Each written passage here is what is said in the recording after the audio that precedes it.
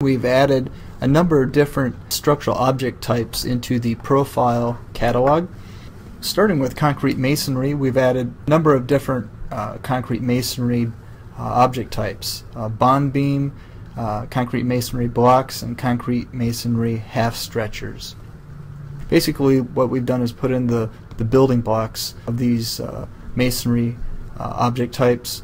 And then also on fire resistance, we've added in some sketch profiles that are utilized in some custom components that are used for placing fire protection onto structural steel elements. The custom components that we'll show in a second for a few structural types, but we do have fire resistance cross sections for a lot of different types, as you see here. So again, sketch profiles can be found located within the component catalog. So if I open up within the profile catalog, the sketches are found down here at the bottom section. And then also within the component catalog, these sketches are found within the sketched profile section as well, where they do have images that go with them as well. So for those of you who are not familiar with how these the sketch editor is, when you double click on these, you can see the parametric cross sections in there that you can control. So alright, and then moving on to the material catalogs, to complement those profiles, we've added in some concrete masonry unit material strength, and then some spray applied fire resistance material type. So for bill of materials, you obviously can identify what these objects are. And with the concrete masonry too, this specifying the masonry unit as a miscellaneous type actually allows it so that the concrete line works as you would expect on the drawings for concrete masonry as it interfaces with cast in place, say like foundations and things. So in terms of system components, there's a new system component for slab reinforcing, and we localized obviously a setting for that. But then also at the pad footing, macro 77, this is something that people have brought up before, an issue in the past. What I'm going to do is open up the concrete reinforcing macro here. So I'm going to go up to my engineering cast in place folder structure and go to my pad 77. And before, when we added in the pad reinforcement, there were U-bars basically, and it was hard to get them to be just perfectly straight, this is obviously more standard in the US. So, and then the slab reinforcement tool that I described earlier here, this is actually a nice tool for putting in reinforcing in one direction, where I pick the slab and the direction and the reinforcement goes in. And notice that with this reinforcement I can control splice information as well, or the splice locations. So if I come in here, I can specify maximum length of the splices and then distances between the splice lengths and what the lap lengths are. So when I do that, it'll go in and locate the splices based on different types of splice patterns that you can specify.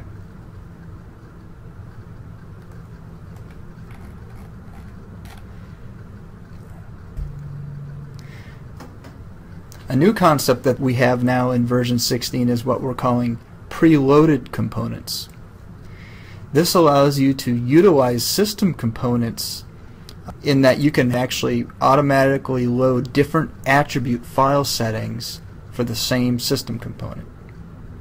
And you can also have a unique thumbnail in the component catalog that actually will do that calling of that unique attribute. So for example, here we have 3 examples here where in Tekla, a lot of just the basic modeling tools for even steel are actually applicable for cast in place.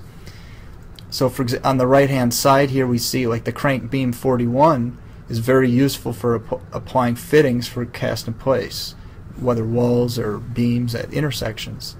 And the same thing with fittings, that the fitting system component works great for cast in place, like foundation fittings as the image shows, or it could even be walls to pilasters.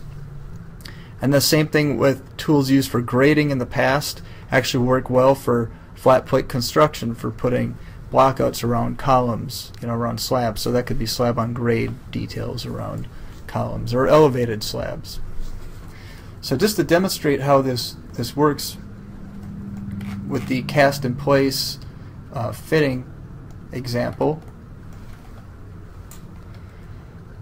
I'll go up here to the Engineering Foundations folder, and here I have my cast in place fitting component. So what I've done here is I've added into the model the strip footing.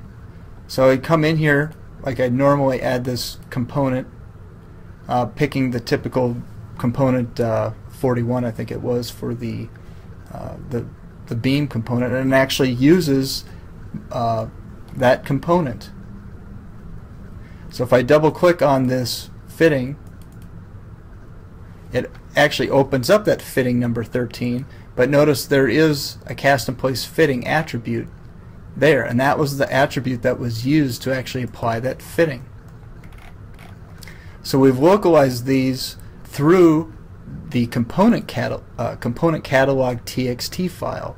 This file we have localized in the engineering model template default root directory, and in that folder what we placed is simply this information here for that given bitmap. So fitting 13 is included here, but then all we do is specify the thumbnail and the attribute file.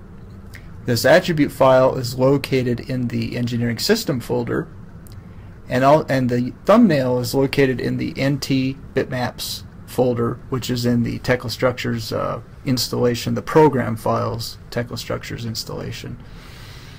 So users, you could customize your own kind of thumbnails as well to utilize, say, like steel bracing connections. You could have one for twin double angles, one for HSS members. These are things we're going to do in the future to utilize our different system components that do a lot of different things. So like component 11 does a wide range. It can do many different framing types of bracing.